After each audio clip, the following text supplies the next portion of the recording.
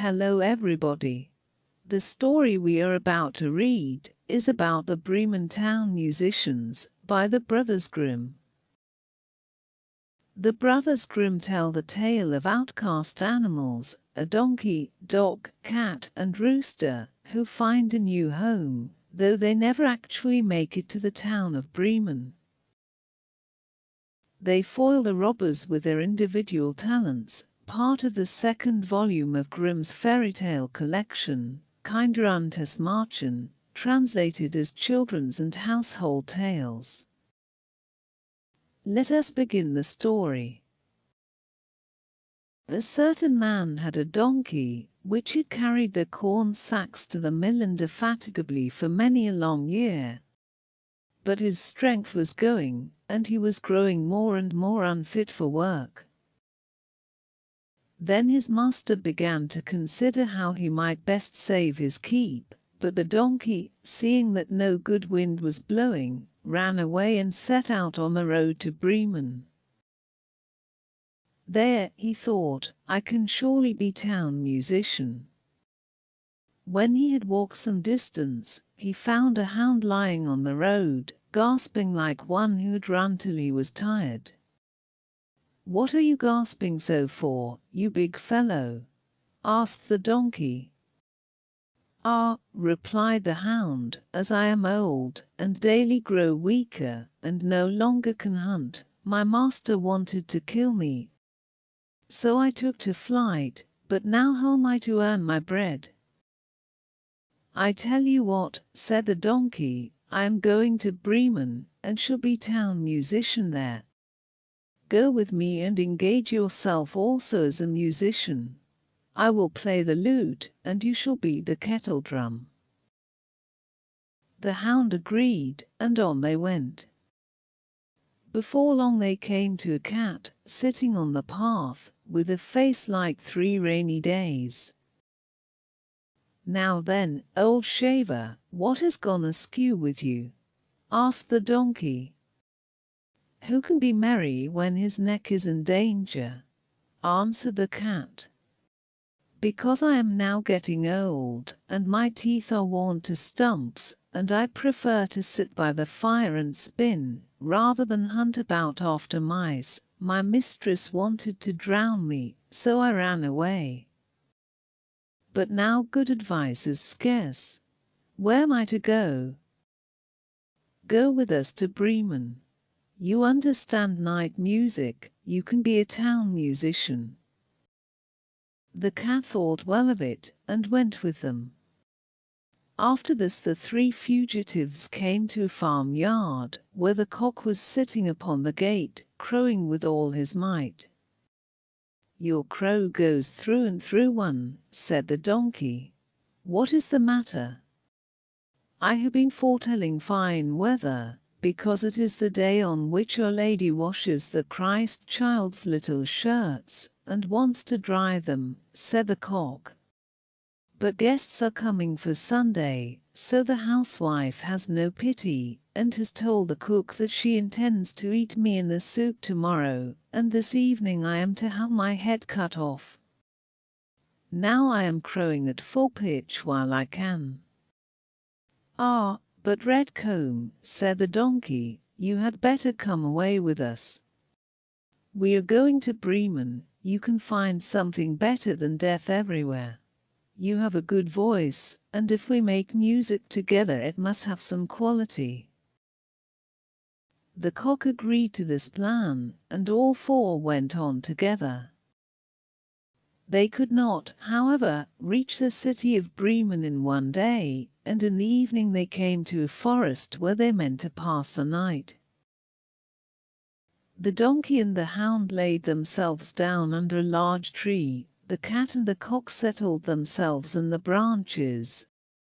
But the cock flew right to the top, where he was most safe. Before he went to sleep he looked round on all 4 sides, and thought he saw in the distance a little spark burning. So he called out to his companions that there must be a house not far off, for he saw a light. The donkey said, "If so, we had better get up and go on, for the shelter here is bad. The hound thought that a few bones with some meat on would do him good too. So they made their way to the place where the light was, and soon saw it shine brighter and grow larger, until they came to a well-lighted robber's house. The donkey, as the biggest, went to the window and looked in. "What do you see, my grey horse?" asked the cock. "What do I see?" answered the donkey. "A table covered with good things to eat and drink, and robbers sitting at it enjoying themselves." "That would be the sort of thing for us," said the cock. "Yes, yes, ah, how I wish we were there," said the donkey. Then the animals took counsel together how they should manage to drive away the robbers, and at last they thought of a plan. The donkey was to place himself with his 4 feet upon the window ledge. The hound was to jump on the donkey's back. The cat was to climb upon the dog, and lastly the cock was to fly up and perch upon the head of the cat. When this was done, at a given signal, they began to perform their music together. The donkey brayed, the hound barked, the cat mewed, and the cock crowed. Then they burst through the window into the room, so that the glass clattered. At this horrible din, the robbers sprang up, thinking no otherwise than that a ghost had come in, and fled in a great fright out into the forest. The 4 companions now sat down at the table, well content with what was left, and ate as if they were going to fast for a month. As soon as the 4 minstrels had done, they put out the light, and each saw for himself a sleeping place according to his nature, and to what suited him. The donkey laid himself down upon some straw in the yard, the hound behind the door, the cat upon the hearth near the warm ashes, and the cock perched himself upon a beam of the roof. And being tired from their long walk, they soon went to sleep. When it was past midnight, and the robbers saw from afar that the light was no longer burning in their house, and all appeared quiet, the captain said, "We ought not to have let ourselves be frightened out of our wits," and ordered one of them to go and examine the house. The messenger, finding all still, went into the kitchen to light a candle, and, taking the glistening fiery eyes of the cat for live coals, he held a lucifer match to them to light it. But the cat did not understand the joke, and flew in his face, spitting and scratching. He was dreadfully frightened, and ran to the back door, but the dog, who lay there, sprang up and bit his leg. And as he ran across the yard by the straw heap, the donkey gave him a smart kick with its hind foot. The cock, too, who had been awakened by the noise, and had become lively, cried down from the beam, "Cock-a-doodle-doo." Then the robber ran back as fast as he could to his captain, and said, "Ah, there is a horrible witch sitting in the house, who spat on me and scratched my face with her long claws. And by the door stands a man with a knife, who stabbed me in the leg. And in the yard there lies a black monster, who beat me with a wooden club.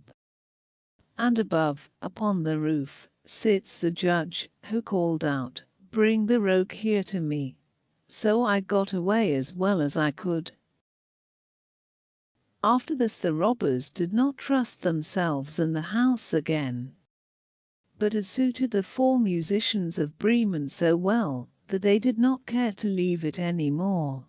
And the mouth of him who last told this story is still warm. And that is the tale of the Bremen Town Musicians by the Brothers Grimm. The end.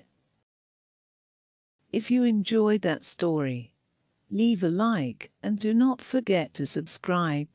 Hit notification bell button to be updated to our latest fairy tale stories, and enjoy a complete collection of short stories for children. I hope you enjoyed reading with me. Until next time, goodbye.